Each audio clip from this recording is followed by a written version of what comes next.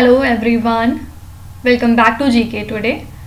और ये है हमारी daily UPSC prelims model and previous questions analysis की सीरीज़, जिसमें आज ये 16th नंबर का लेक्चर रहेगा और इसमें हम एज यूजुअल 5 क्वेश्चंस डिस्कस करेंगे विद प्रॉपर एनालिसिस। चलिए स्टार्ट करते हैं। Consider the following statements about refraction of light. Light के रिफ्रैक्शन को लेकर 2 बातें यहाँ पे लिखी हुई हैं, आपको बताना है कौन सी बात इसमें से सही है। The incident ray, the refracted ray and the normal ray lie in the same plane. The angle of incidence is equal to the angle of refraction. देखिए, अगर आप रिफ्रैक्शन ऑफ लाइट के लॉज जानते हैं तो आप इस क्वेश्चन को बहुत ही आसानी से आंसर कर पाते। फर्स्ट जो स्टेटमेंट है बिल्कुल सही है, क्योंकि ये लॉ ऑफ रिफ्रैक्शन होता है। इंसिडेंट रे, रिफ्रैक्टेड रे और normal ray to the interface of 2 transparent media at the point of incidence, ये सबके सब एक पर्टिकुलर प्लेन में लाई करती हैं। ठीक है, तो यहाँ पे ये बात जो है ये बिल्कुल सही है। The angle of incidence is equal to the angle of refraction, ये बात बिल्कुल गलत है, क्योंकि जब आप लॉ ऑफ रिफ्लेक्शन पढ़ते हैं उसमें आप ये चीज पढ़ते हैं कि angle of incidence angle of reflection के बराबर होती है, लेकिन रिफ्रैक्शन के बराबर नहीं होती। जबकि जो रेशियो होता है sine of angle of incidence का, मतलब sine i to the sine of angle of refraction, mean sine i upon sine r is equal to constant. ठीक है, for the light of a given colour and for the given pair of media, और इसी को आप कहते हैं Snell's law of refraction. ठीक है, तो sine i upon sine r constant होता है, लेकिन angle of incidence angle of refraction के बराबर नहीं होता। तो यहाँ पे आप कह सकते हैं कि सिर्फ पहला स्टेटमेंट सही था। Answer is option number A. Next है, which of the following diseases have been declared public health emergency of international concern. इसमें से कौन कौन सी बीमारियां हैं जिनको डिक्लेयर किया गया है as public health emergency of international concern? H1N1 influenza, Ebola, MERS, yellow fever, कोविड-19 एंड मंकी पॉक्स। सबसे पहले बात करेंगे कि public health emergency of international concern होता क्या है। ये एक तरह का कुछ एक्स्ट्रा ऑर्डिनरी इवेंट होता है which is determined to constitute a public health risk other states में through the international spread of disease, और इसमें जो है कोऑर्डिनेटेड इंटरनेशनल रिस्पॉन्स की जरूरत होती है। ठीक है, तो 2007 से लेके अब तक 6 तरीके के आउटब्रेक्स जो हैं वो डिक्लेयर हो चुके हैं एज PHEIC।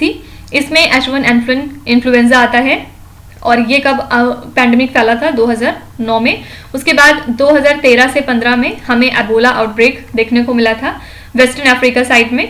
उसके बाद फिर 2018 एंड 2020 में जाके हमें डेमोक्रेटिक रिपब्लिक ऑफ कॉन्गो में काफ़ी ज़्यादा एबोला आउटब्रेक देखने को मिला था, तो ये भी बिल्कुल सही है। उसके बाद फिर पोलियो आउटब्रेक हमें देखने को मिला 2014 में, और उसके बाद फिर जीका मिला था 2016 में, और कोविड तो अभी तक चल रहा है। इन 2020 में कोविड-19 भी फैला था। ठीक है, तो कुछ इमर्जिंग डिजीजेस होते हैं ऐसे जो कि पास्ट में काफ़ी फैले, लेकिन उसके बावजूद उनको PHEIC डिक्लेयर नहीं किया गया।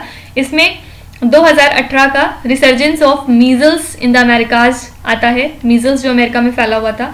उसके बाद 2016 में एक येलो फीवर आउटब्रेक फैला था अंगोला में, इसको भी नहीं डिक्लेयर किया गया था। इसके बाद 2013 में middle eastern respiratory syndrome outbreak फैला था। टोटल 24 कंट्रीज में ये फैल गया था, लेकिन उसके बावजूद इसको डिक्लेयर नहीं किया गया था, और इसकी वजह से लगभग 580 डेथ हमें देखने को मिली थी 2015 में। ठीक है, और बाद में वर्ल्ड हेल्थ ऑर्गेनाइजेशन ने मंकी पॉक्स को डिक्लाइन कर दिया था कि वो इसको डिक्लेयर नहीं करेंगे एज PHEIC। ठीक है, तो यहाँ पे करेक्ट आंसर में क्या क्या आ जाएगा? H1N1 यस, एबोला यस, उसके बाद थर्ड नहीं है, फोर्थ नहीं है, फिफ्थ है सिर्फ। ठीक है, तो 1, 2 and 5 is the correct answer. Option number A is the right one. ठीक है, नेक्स्ट है, which of the following are correctly matched. इसमें 3 लेयर्स दी हुई हैं एटमॉस्फेयर की, और उनसे रिलेटेड कुछ एग्जाम्पल्स दिए हुए हैं या फेनामेना जो उन पर्टिकुलर लेयर्स में होते हैं, तो आपको बताना है कौन कौन सा पेयर सही है। Troposphere, clouds, rain. देखिए, ट्रोपोस्फियर जो है इसमें most of the atmospheric air present होती है ट्रोपोस्फियर के अंदर, और यहाँ पे आपको क्लाउड, रेन और स्नो देखने को मिलता है। ठीक है, तो फर्स्ट ऑप्शन बिल्कुल सही है। स्ट्रेटोस्फियर में ओजोन लेयर, ये भी बात बिल्कुल सही है, और यहाँ पे बहुत ही कम अमाउंट में वाटर वेपर भी मौजूद होता है, और सुपरसोनिक जो एयरक्राफ्ट होती हैं वो इसी लेयर में फ्लाई करती हैं। ओजोन लेयर जिसकी बात हो रही है यहाँ पे, वो सेंट्रल जोन में मौजूद होता है स्ट्रेटोस्फियर के, तो सेकेंड ऑप्शन भी सही है। Mesosphere, temperature increases with the altitude. जो टेम्परेचर है मेसोस्फियर का, एक्चुअली वो कोल्ड होता जाता है as the distance from the earth increases, और टेम्परेचर ड्रॉप होता है यहाँ पे अप टू -140 डिग्री सेल्सियस। और वार्मेस्ट लेवल पे अगर हम जाएं तो सीजन पे ऑल्दो डिपेंड करता है, लेकिन फिर भी टेम्परेचर -5 डिग्री सेल्सियस के बियॉन्ड नहीं जा पाता, ठीक है। तो थर्ड वाला जो ऑप्शन है ये गलत हो जाएगा। Answer is only 1 and 2, that is option number A, ठीक है। नेक्स्ट क्वेश्चन है, Razakars an auxiliary force which was seen in the news recently belongs to which of the following countries. Razakars किन कंट्री को बिलोंग करते हैं? तो रजाकार्स एक ऑक्सिलरी फोर्स है पाकिस्तान आर्मी की। ड्यूरिंग द 1971 बांग्लादेश वॉर हमें देखने को मिली, और इसमें ज़्यादातर प्रो पाकिस्तानी बंगालीज होते हैं और बिहारीज फ्रॉम बांग्लादेश, जिसको आप फॉर्मरली ईस्ट पाकिस्तान कह सकते हैं। रजाकार का लिटरली मीनिंग होता है वॉलंटियर, या फिर आप कह सकते हैं हेल्पर, ठीक है। तो यहाँ पे बस सिंपली याद रखिएगा, रजाकार एक ऑक्सिलरी फोर्स है पाकिस्तान की। लास्ट क्वेश्चन है, which of the following lakes of India and your respective state is are correct. यहाँ पे लेक और उनकी लोकेशन दिया हुआ है, आपको बताना है कौन कौन से ऑप्शन सही हैं। फर्स्ट है पंचमूली लेक इन महाराष्ट्र। देखिए पंचमूली जो लेक है ये जानी जाती है अपने लोकेशन के लिए, और ये स्टैचू ऑफ यूनिटी के पास है गुजरात स्टेट में, और इसको आप डाइक 3 भी कहते हैं सरदार सरोवर डैम की। किस वजह से न्यूज में थी? क्योंकि कुछ दिन पहले यहाँ पे 194 क्रोकोडाइल्स को रीलोकेट किया गया था इस लेक से, ठीक है। तो ये महाराष्ट्र में नहीं है, रादर ये गुजरात में है, तो ये गलत हो जाएगा। Sukhna lake in Chandigarh, Sukhna lake Chandigarh में ही लाई करती है, और 2020 में जो चंडीगढ़ के सिटीजन्स थे इनको डिक्लेयर किया गया था as loco parentis by the Punjab and Haryana high court lake के कंजर्वेशन के लिए, ठीक है। तो ये भी बिल्कुल सही है। फिर है वेम्बनाड लेक केरला, जो वेम्बनाड लेक है ये भी केरला में है, और याद रखिएगा ये लॉन्गेस्ट लेक है हमारे कंट्री इंडिया की, और ये एक रामसर साइट भी है, फाइन।